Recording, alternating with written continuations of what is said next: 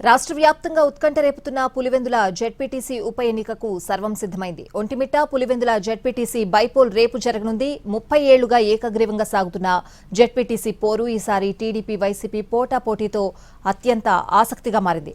ఉద్రిక్తతలు చెలరేగకుండా భారీ బందోబస్తు ఏర్పాటు చేశారు పోలీసులు. దివంగత సీఎం వైఎస్ రాజశేఖర రెడ్డి హయాం నుంచి ఇప్పటి వరకు పులివెందులలో జరిగిన జెడ్పీటీసీ ఎన్నికలన్నీ ఏకగ్రీవమే. 2016లో టీడీపీ ప్రభుత్వం హయాంలో వైసీపీ అభ్యర్థి లింగమయ్య 2,500 ఓట్ల మెజార్టీతో జెడ్పీటీసీగా గెలుపొందారు. అభ్యర్థి బరిలో లేకున్నా 2016 పులివెందుల జెడ్పీటీసీ ఎన్నికల్లో 2,750 ఓట్లు సాధించింది టీడీపీ.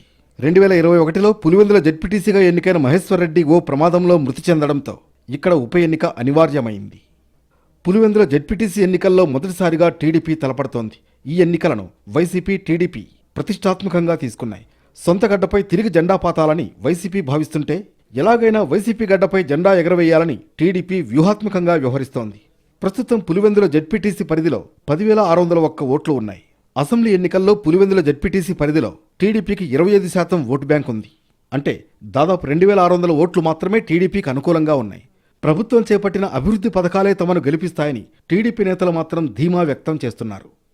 మాజీ జెడ్పీటీసీ మహేశ్వర్ రెడ్డి కుమారుడు హేమంత్ రెడ్డిని వైసీపీ ఎన్నికల బరిలో నిలిపింది.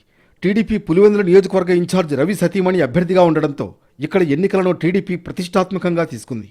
మరోవైపు వైసీపీ సిట్టింగ్ జెడ్పీటీసీ స్థానాన్ని వదులుకునే ప్రసక్తే లేదని గట్టి ప్రయత్నాలు చేస్తోంది. జెడ్పీటీసీ ఉప ఎన్నిక చుట్టూ కొన్ని రోజులుగా పులివెందులలో ఉద్రిక్త పరిస్థితులు ఏర్పడ్డాయి. ఎన్నికల ప్రచారంలో వైసీపీ నేతలపై దాడులు జరుగుతున్నా వెనకడుగేసే ప్రసక్తే లేదని వైసీపీ నేతలు చెబుతున్నారు. నల్లగొండవారిపల్లెలో ఎన్నికల ప్రచారంలో ఉన్న ఎమ్మెల్సీ రమేష్ యాదవ్తో పాటు వైసీపీ నేత వేల్పుల రాముపై టీడీపీ నేతలు దాడికి దిగారు.